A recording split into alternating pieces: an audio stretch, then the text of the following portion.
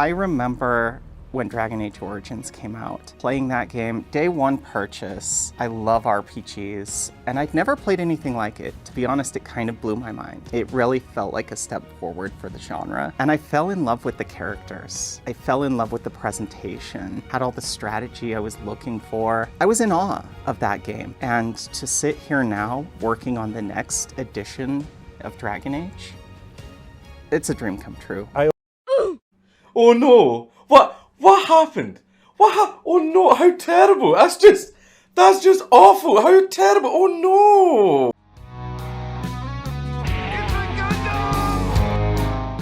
And now a word from our sponsor. Have you heard the flavored air category is quickly becoming the leading alternative to vaping and smoking? It's a whole new movement towards better habits, led by today's sponsor, Fume. Maybe you want to quit vaping, and this is the perfect opportunity to ditch a bad habit and still have something to reach for. Fume is an award-winning flavored air device that draws flavor into your mouth, not your lungs. It's a great way to satisfy your oral fixation with non-toxic flavors, free from nicotine or vapor. And it's safe to use anywhere. Fume's design is also about more than just flavor. It's an awesome fidget tool with magnets and clicks that help calm anxiety. My favorite flavor is crisp mint.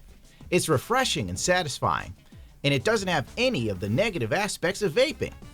Fume has already helped over 300,000 people build better habits. Try Fume today, and if you order the Journey Pack now using my code IT'SAGUNDAM, you'll get a free Fume topper. Nibble on that thing, you heard me? Go to tryfume.com/It'sAGundam or scan the QR code on the screen.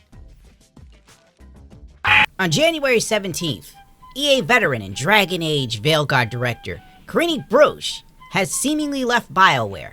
If anything, this person was told, "We're not renewing your contract. Your little self-insert costs Daddy Andrew Wilson a lot of money. Where's my money?" And then Karini Bruce is like, "Well, then I'm leaving. You won't get the better of me, you cisgendered bastard." Just a few days later, EA then admitted that Dragon Age wasn't really selling very well. What, did people not like Tarsh? I can't believe it. Susan Wojcicki's dead and Gundam is still here. Tell me there's a god. EA blames underperformance of Dragon Age and EAFC 25 as it lowers forecasts. Dragon Age The Veilguard missed the company's expectations by nearly 50%. Mr. Sinister, aka Andrew Wilson, had a few words. It's word salad. During Q3, we continued to deliver high-quality games and experiences across our portfolio. However, Dragon Age the EA Sports FC 25 underperformed our net bookings expectations. This month, our team delivered comprehensive gameplay. Refresh in addition to our annual Team of the Year update in FC 25. Positive player feedback and early results are encouraging. We remain confident in our long-term strategy and expect a return to growth in FY 26 as we execute against our pipeline. What the hell does that even mean? We continue to balance investments for our future growth with operational discipline and remain committed to EA's long-term financial framework. As we look at FY 26, we expect to grow as we launch more of our iconic franchises. Famous last words. I get this is his job and he's the CEO and he has to hype everything up. But what is iconic about EA anymore? Every EA game you think of negatively now, dude. Need for Speed, blah. Battlefield, dead. Dragon Age, dead. Mass Effect, dying. Sorry, my face is tired from dealing with everything. Now that's a lot of damage! Basically, the game didn't sell well. That's the long and the short of it. 50% of the sales they expected, so they assumed when Dragon Age came out, it was going to sell like 3 million copies. So right now they're looking at it like it's dead in the water, it's done. Just 5 days after EA said that Dragon Age wasn't selling very well and they had to readjust their physical earnings for buttfuckery, the writers for Dragon Age The Veilguard were told that they were receiving the boot. Of course, these people ran to Blue Sky to inform hundreds of people, and then put feelers out for a new job. I was a writer at Bioware for 5 years, 2011 to 2016. I learned a lot during my time from exceptional Folex in my discipline, but also specifically from my fellow writers and our amazing editors on both the Mass Effect and Dragon Age brands. Today, not a single one of those writers and editors remains employed there. After 14 years at Bioware, I'm devastated to learn today that myself and others must seek new opportunities. I'm so grateful for all the learning, challenges, and most importantly, the team. I will remember my time here with joy. Tomorrow we'll move forward and yada yada. So my time at Bioware has ended. It was a wild ride with some fantastic people, but it's time to look for new challenges. I'm an editor/writer with 26 years of experience across video games, novels, short stories, newspaper, making comms. If you know a good fit, please let me know. You know what's ironic? One of the people that worked at Bioware, Courtney Woods, she was also a writer on the Veilguard. She dipped in 2022 to go work for Sucker Punch and write the Ghost of Yotai. Keep that in mind just in case. You know, if Yotai's bad, you might know why. Kinda explains why the non-binary actress was hired, am I right? Okay, I need to stop. I am not a woman. I am a they, them. I'm an it. He's a monster.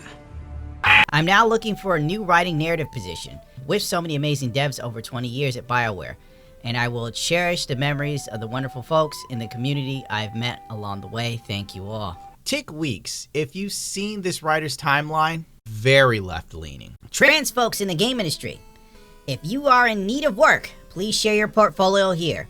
If you're not trans, but you see this, donate $5 to the Trans Lifeline, and I will match your donation. Money, please. If you're trans, please look for a job here. If you're cis, give us money. Do you know why a president would do all the most evil, heinous shit via executive order? Because his party can't easily make it law. And if they can't make it law, they can't make it last. Don't let anyone make you feel like this is the end. Do not let them demoralize you. Live to see them die. Very positive, fun and chill. I don't care if you're a relative, a fantasy novelist, or an elected official. Transphobia is manufactured outrage, and transphobes are trash. None of America's problems are caused by trans people. None! But a lot are caused by bigots. Boom, there it is. Hard for me to see gender as biological if it requires the police state to enforce it. She's a stupid bitch. Wouldn't it have required a police state to enforce us to say people's pronouns and stuff? Isn't two sides of the same coin? When websites deliberately blacklist people for not going with the narrative, that doesn't seem Orwellian. It's the right thing to do, because it's what I believe in. Flashback. Trans women are women. Trans men are men. Science is real, and Black Lives Matter. These people, man. This is the last one I'm doing, Stu. I am not in the mood anymore. Added a small detail to this after reading some bad news. Tars says trans rights are human rights and protect trans kids. Can you imagine how many lives this is going to be saving? When I see this developer's timeline, the trans ideology codex that was shoehorned into the game makes total sense now. And it had to be the work of this person or someone else like them in a complete echo chamber. I'm not reading these damn things again. He's not funny at all. Trans means was other gender. Then change. Wait, no. Was always new thing. Just now acknowledged. Not changing, affirming. Trans woman is woman. Why is this in a fantasy game? Because the writing team had a lot of alphabet soup. So full-on MAGA effect to appease the shits, I'm guessing. More ass shots. More the edge. And as much high-end, non-cartoony graphics as the hardcore can manage? Only beautiful women with big tits and perfect asses. Males can be ugly and fat, though. What games are you playing where that's the norm? Only 2 genders for humans and non-binary aliens to slaughter. And no politics. Put a chick in it, make her gay! I don't care if someone identifies as kibbles and bits, but when your gender pronouns or your sexuality is your whole identity, you shouldn't be in any creative position because you have creative autism. Gay! Gay! Gay, gay, gay, gay, gay, gay, gay, gay, gay. I say gay, you say gay, we say gay all frickin' day. Gay, gay, gay, gay, gay, gay, gay, gay, gay. That's what I was talking about. Where in order for you to do or create anything, it has to directly relate to you and your experience. That has proven to be the recipe for failure countless times over. The writers in this game went full King Cobra, and no CEO stepped in to say, hey, let's tone it down a little bit on the queer representation. We'd like to make a profit here. Isn't it strange how more women and alphabet people are now becoming game developers, right? And the games are less fun and engaging. They're like walking simulators or interactive movies. With a major focus on queer representation and more female leads for a male-dominated industry, And consumer base? I don't know, guys. I really can't figure out why these games aren't selling, though. Women and non-binary devs make up 32% of all game developers, up from 24% in 2022 reports find. 11% of all game developers were laid off in the last 12 months. The hardest hit were women. Isn't it strange how most of the people laid off were women or Alphabet? I wonder what the correlation is.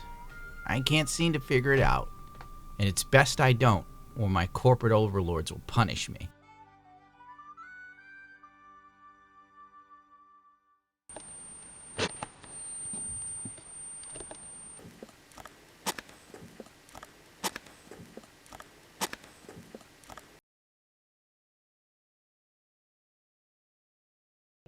Reset Era was right.